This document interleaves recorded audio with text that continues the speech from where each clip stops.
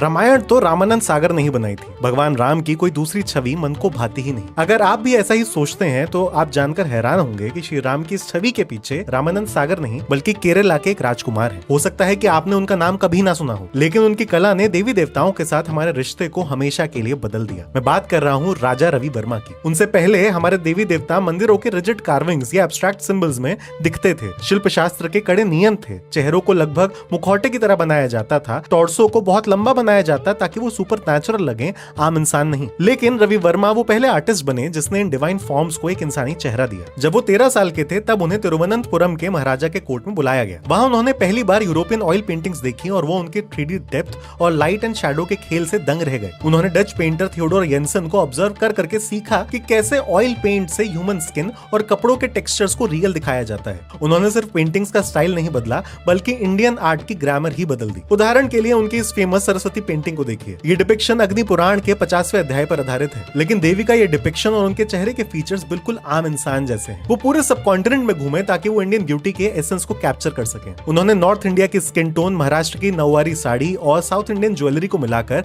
एक generic Indian prototype बनाया जो हर रीजन के इंसान को अपने जैसा लगे। लेकिन रवि वर्मा की सबसे बड़ी अचीवमेंट थी उनकी फाइन आर्ट लिथोग्राफिक प्रेस, जो उन्होंने 1894 में बॉम्बे में शुरू की थी। उन्होंने जर्मन टेक्नोलॉजी का यूज करके ओलियोग्राफ्स बनाए, ऐसे प्रिंट्स जो बिल्कुल ऑयल पेंट्स जैसे दिखते थे पर बहुत सस्ते थे। इसका सोशल इंपैक्ट बहुत बड़ा था। उस जमाने में समाज के एक वर्ग को मंदिरों में जाने की इजाजत नहीं थी, लेकिन रवि वर्मा के इन सस्ते प्रिंट्स ने उन्हें मौका दिया कि वो माँ लक्ष्मी या सरस्वती को अपने घर में ला सकें। इन प्रिंट्स ने पूरे देश में हिंदू धर्म को एक स्टैंडर्डाइज्ड विजुअल आइडेंटिटी दी। अब हर कोई एक ही तरह के श्री राम या श्री कृष्ण को पहचानने लगा। हालांकि उन्हें काफी क्रिटिसिज्म भी झेलना पड़ा। 20वीं सदी में बंगाल स्कूल ऑफ आर्ट के अवनींद्रनाथ टैगोर ने उनकी आर्ट को फॉरेन और मटीरियलिस्टिक कहा। उनका मानना था कि इस तरह के रियलिज्म से भगवान का आध्यात्मिक सार कहीं खो जाएगा। लेकिन रवि वर्मा का असर इतना गहरा था कि वो इंडियन सिनेमा का फाउंडेशन बन गया। दादा साहब फाल्के, जिन्हें फादर ऑफ इंडियन सिनेमा कहते हैं, वो पहले रवि वर्मा की प्रेस में ही काम करते थे। जब उन्होंने अपनी पहली फिल्म राजा हरिश्चंद्र बनाई तो उन्होंने देवी देवताओं का वही रूप दिया जो रवि वर्मा ने एस्टैब्लिश किया था। आज भी जब आप देवी देवताओं का रंगीन वस्त्रों में श्रृंगार किया हुआ कोई रूप देखते हैं, चाहे फिल्मों में या टीवी सीरीज में या आपकी शहर की रामलीला में, तो उसका विजुअल लीनिएज राजा रवि वर्मा से ही जुड़ा है। और उन्हीं के आर्ट से इंस्पायर्ड देवी देवताओं के फोटो वाले कैलेंडर्स और पोस्टर्स आपके घर में भी जरूर होंगे।